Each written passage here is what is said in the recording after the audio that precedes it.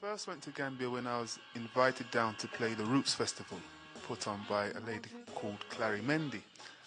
It's a big festival that the president of Gambia himself is very much involved in. It helps to promote the Gambia. When I went to Jifre Island, this was, same 2003, we went to this place in the Gambia called Jifre Island where a lot of the slaves were taken from, from in the Gambia. It has a connection with Kunta Kente and the whole Roots theme by Alex Haley. Well, on this journey over to Jifre, I saw one of the members, of my party. Someone had threw a Benson and Hedges cigarette packet on the floor. I remember it clearly. And I remember this little girl, who was about 5 years old at the time, run up to this cigarette box, split it open, was happy that she had some paper to write on, because paper's, kind of expensive for them, like maybe 2p a sheet or something.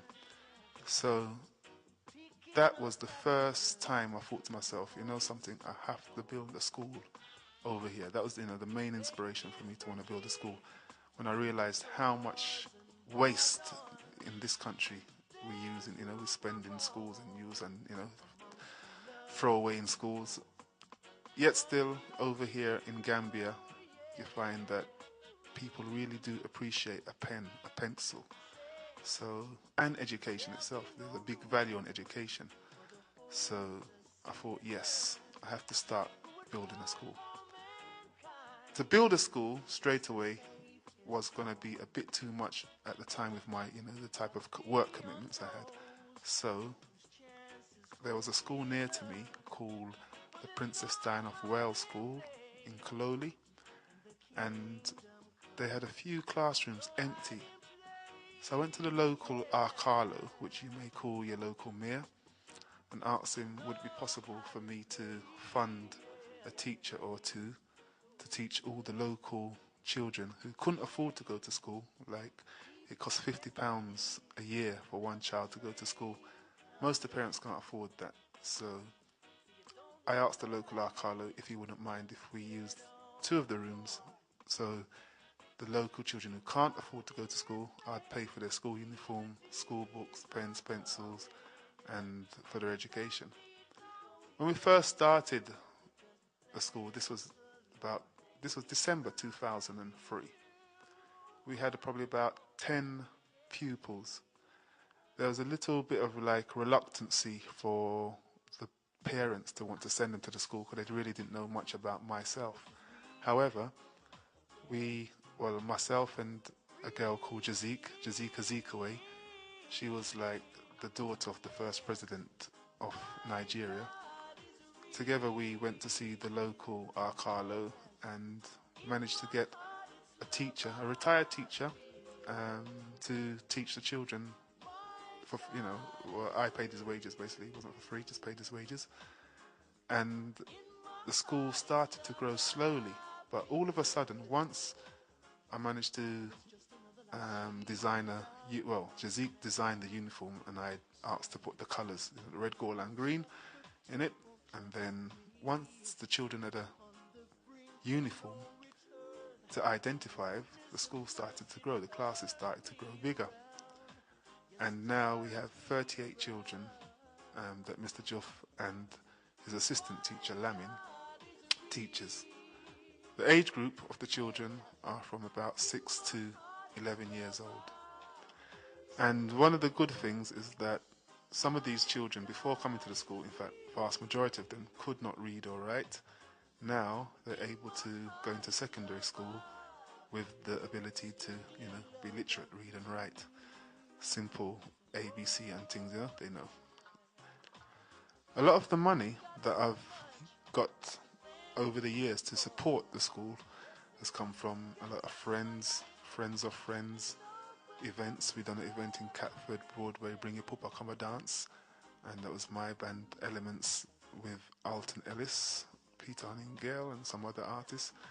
And we done a donation. Well, a donation was given to me then of £500 to go towards the school and uniforms and stuff. And I'd like to thank everybody over the years, all the musicians, artists and press, radio, everyone who's been involved to help us come to thus far. Over the last 12 months, I've been fortunate to have the pleasure to meet some real powerful individuals as part of the Lewisham Way Black Fathers group. And when I mentioned to them that I was thinking of building a new school from scratch, they was all very supportive. I mean, over the years, some of them have come down to the existing school, Princess Diana Wales School in Kololi, and they've come back with a real passion to help build a new school. And I'd like to thank Desi Texture, the people who drew all the art, that done all the architect work for the building, and Raggy, otherwise known as Bakari Bojang. He's the mayor of Lamin, who's kindly donated some land with another member of the Fathers group, Mr. X, who runs Erase Foundation. They donated half the land and the other half I'd bought, and so the children could have a playground. And one more time I have to say thank you to all the people who's helped thus far.